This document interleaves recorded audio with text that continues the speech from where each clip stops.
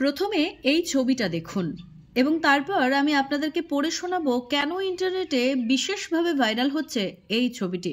যারা যারা আমার এই ভিডিও দেখতে শুরু করেছেন তাদেরকে বলবো প্রথমেই ভিডিওটাকে শেয়ার করে দিন এবং এই ভিডিওটাকে শেয়ার করার পরে আপনারা ভিডিওটা শুনতে বসুন।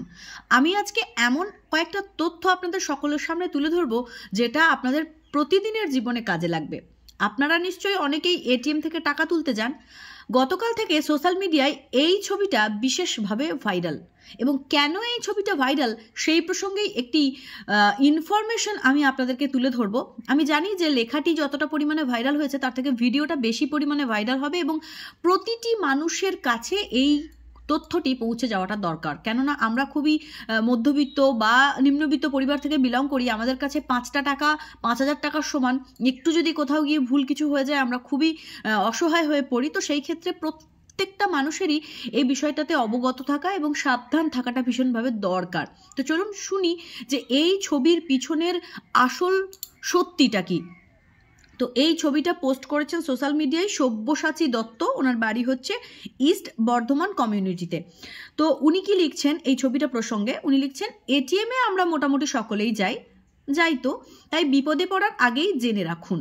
আজ সকাল 8টায় টাউন হলের পাশের এসবিআই এটিএম থেকে 5,500 টাকা তোলার সময় সব কিছু সাকসেসফুল হয়েও টাকা বের হলো না।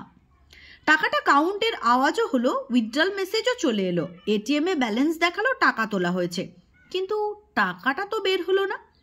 আমি আমার বন্ধুদেরকে ফোন করলে ওরাও বললো রিফান্ড হয়ে যাবে, চিন্তা করিস না, টেকনিক্যাল ফল্টের জন্য এরকম হয়। আমি টেনশনে কিছুক্ষণ দাঁড়িয়ে রইলাম। 8টা 25-এ একজন ভদ্রলোক, যিনি আমার কাছে ভগবান, উনি এটিএমের ভিতরে ঢুকলেন এবং মেশিনগুলো মুছতে লাগলেন। আমি ভিতরে ঢুকে ওনাকে ঘটনাটা বলাতে বললেন, আসুন তো দেখি একবার।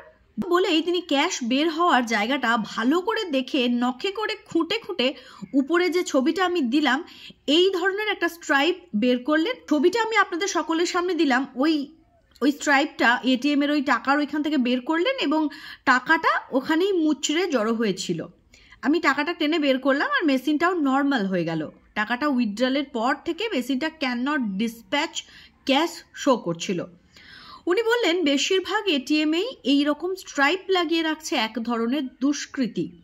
তারা পাশেই থাকছে, আপনি টাকা না পেয়ে অ্যাকাউন্টে ক্রেডিট হয়ে যাবে ভেবে বেরিয়ে গেলেই সে ঢুকে স্ট্রাইপটা খুলে টাকাটা বের করে নিচ্ছে।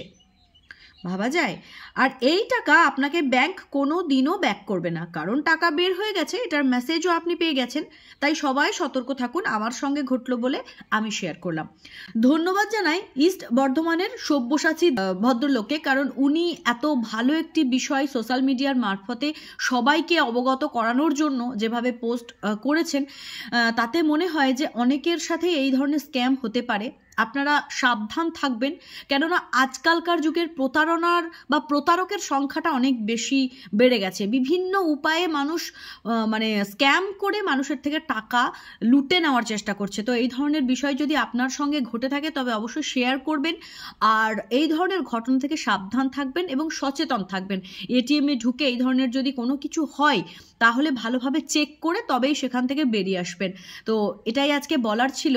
আমার মনে হয় যে এই ভিডিওটা সকলের উদ্দেশ্যে পৌঁছে দেওয়া দরকার, কেননা ওই যে বললাম আমরা মধ্যবিত্ত মানুষ, আমাদের কাছে 1 টাকাও 100 টাকার সমান। তো আজকের ভিডিওটা আমি এখানেই শেষ করছি। দেখা হচ্ছে নতুন কোনো দিন নতুন কোনো ভিডিও নিয়ে। আশা করছি ভিডিওটাকে শেয়ার করবেন। ধন্যবাদ। জয় শ্রীকৃষ্ণ। রাধে রাধে।